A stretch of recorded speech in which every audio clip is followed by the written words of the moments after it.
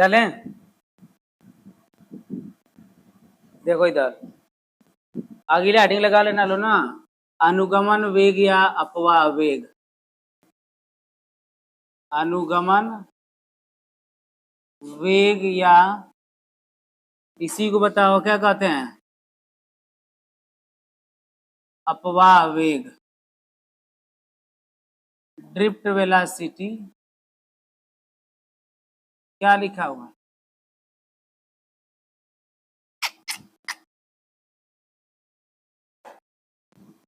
Drift velocity.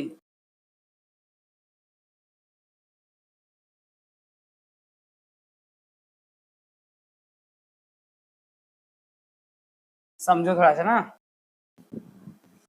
यही लिखा है ना, अपवाह वेग अथवा अनुगमन वेग।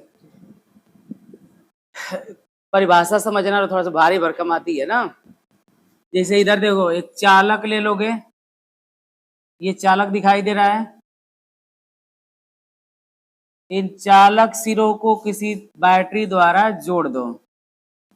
कहानी समझना लो ना, जब चालक सिरों को बैटरी द्वारा जोड़ देगे हुए तो इसके बीच विभवांतर उत्पन्न हो जाएगा। चालक सिरों के बीच क्या हो जाएगा, विभवांतर उत्पन्न हो जाता है कि चालक सिरों के बीच, चालक के भीतर एक वैद्युत क्षेत्र उत्पन्न हो जाता है। क्या उत्पन्न होता है, चालक के भीतर एक वैद्युत क्षेत्र उत्पन्न हो जाता है। मुक्त इलेक्ट्रॉन के लिए बात आ रही है, जैसे जो इलेक्ट्रॉन था, मुक्त इलेक्ट्रॉन था तो ढेर सारे थे, एक गति इधर कर रहे थे, एक गति इधर कर रहा था, मतलब माध्य मुक्त पक्ष में थोड़ा समझो, फिर गति इधर कर रहा था, फिर गति इधर कर रहा था, मतलब टक्कर खा रहे थे ना। तो जो मुक्त इलेक्ट्रॉन होते हैं उसके द्वारा धारा प्रवाहित नहीं होती है, क्योंकि वो अनियमित गति करते हैं, ठीक है ना। पर धारा प्रवाहित करने के लिए हमको इलेक्ट्रॉनों को एक नियमित दिशा में गति कराना पड़ेगा, इसलिए एक इलेक्ट्रॉन की बात इसमें आएगी ना। जब अनुगमन वेग निकालोगे तो कितने इलेक्ट्रॉन की बात करोगे, खाली एक इलेक्ट्रॉन की बात ना। तो बताओ, इलेक्ट्रॉन प्रवाहित होगा, ये मान लो इलेक्ट्रॉन है। जब वैद्युत क्षेत्र उत्पन्न हो जाता है चालक सिरों के भीतर, बताओ एफ बराबर फार्मूला तुम लोगों का लगने लगता है क्यूई, लगने लगता है ना। वैद्युत आवेश कूलाम के नियमानुसार जब किसी चालक में वैद्युत क्षेत्र उत्पन्न होता है तो वैद्युत बल भी तो उत्पन्न होने लगता है। तो इस चालक सिरों पर नहीं, इसके इलेक्ट्रॉन पर इधर की ओर एक बल कार्य करने लगेगा। एफ बराबर बताओ कितना, क्यूई, जिससे इलेक्ट्रॉन चालक की लंबाई की दिशा में, किधर, चालक की लंबाई की दिशा में एक सूक्ष्म वेग प्राप्त कर लेता है। उसी वेग को बताओ हम क्या कहते हैं, अनुगमन वेग या अपवाह वेग। फिर से कहानी समझना लो ना, किसी चालक तार को बैटरी द्वारा जोड़ दिया जाता है तो चालक सिरों के बीच बताओ क्या उत्पन्न होने लगता है, विभवांतर होता है। चालक सिरों के बीच क्या उत्पन्न होता है, विभवांतर। पर चालक के भीतर क्या उत्पन्न हो जाता है, वैद्युत क्षेत्र, जिसके कारण इलेक्ट्रॉन पर उसकी लंबाई की दिशा में, चालक की लंबाई की दिशा में वैद्युत बल के कारण इलेक्ट्रॉन पर एक सूक्ष्म वेग प्राप्त कर लेता है। इलेक्ट्रॉन बताओ कौन सा वेग प्राप्त कर लेता है, एक सूक्ष्म वेग प्राप्त कर लेता है। और इसी सूक्ष्म वेग को बताओ क्या कहते हैं,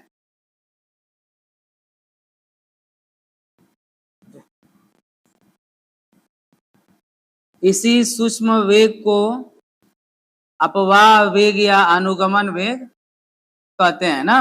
एक बार बोलेंगे, अब लिखवा देंगे। देखो, जब किसी चालक को बैटरी द्वारा जोड़ दिया जाता है, चालक सिरों के बीच विभवांतर उत्पन्न होता है और चालक के भीतर स्थापित हो जाता है वैद्युत क्षेत्र, जिसके कारण इलेक्ट्रॉन पर चालक की लंबाई की दिशा में वैद्युत बल लगने लगता है, वैद्युत बल लगने लगता है, जिसके कारण इलेक्ट्रॉन को एक सूक्ष्म वेग प्राप्त हो जाता है। इसी सूक्ष्म वेग को बताओ हम क्या कहते हैं, अनुगमन वेग या अपवाह वेग। इसको वीडी से प्रदर्शित करते हैं, मतलब वीडी का मतलब ड्रिफ्ट वेलोसिटी, समझ में आ रहा है ना। इसको बताओ किससे प्रदर्शित करते हैं, वीडी से, इसको वीडी से प्रदर्शित किया जाता है। बोल लोगे? एक बार साथे साथे बोलो सब ना। देखो, जब किस, इधर थोड़ा देखो,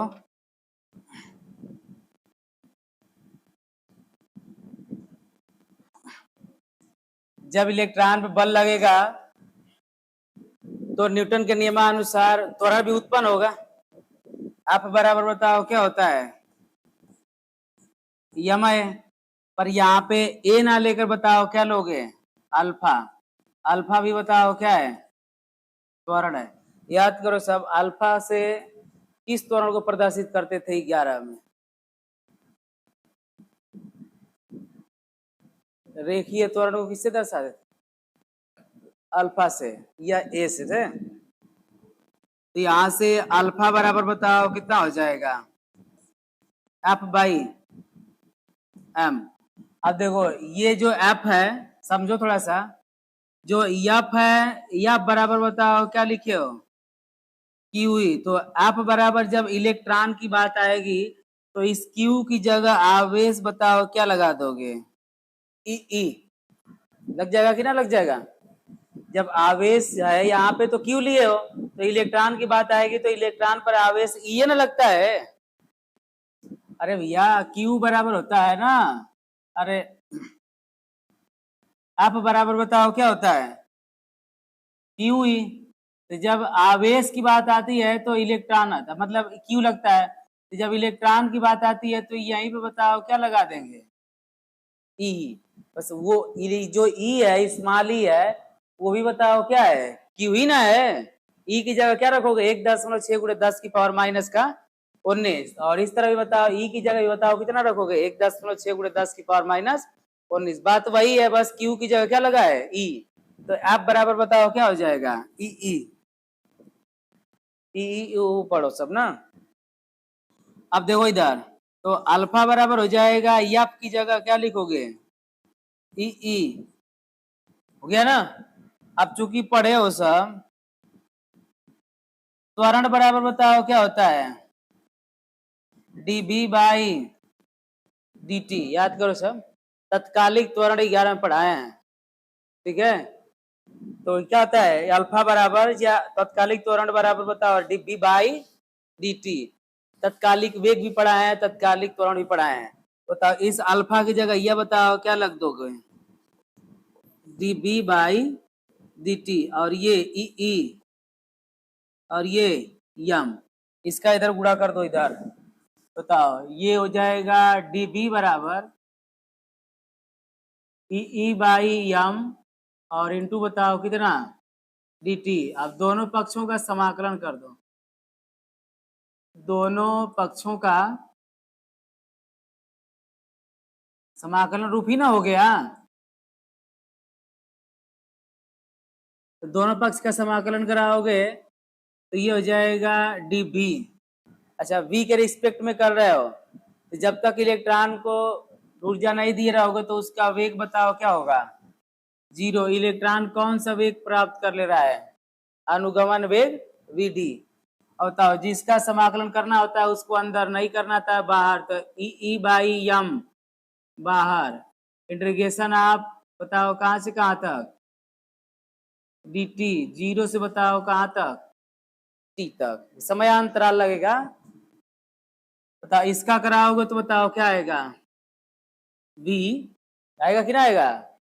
ये ना आएगा। डीबी के रिस्पेक्ट में v का कितना होगा?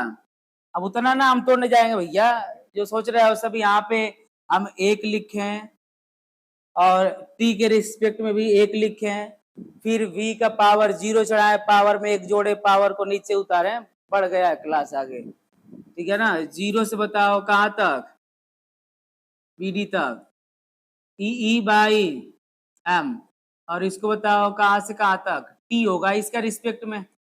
तो 0 से बताओ कहां तक? t तक। Upper limit minus lower limit E by M, E by M. और ये हो जाएगा बताओ फिर upper limit minus lower limit. तो वी डी बराबर हो जाएगा तुम्हारा ई बाई एम इंटू बताओ क्या टी, ये हो जाएगा तुम्हारा अनुगमन वेग का सूत्र। ठीक है ना।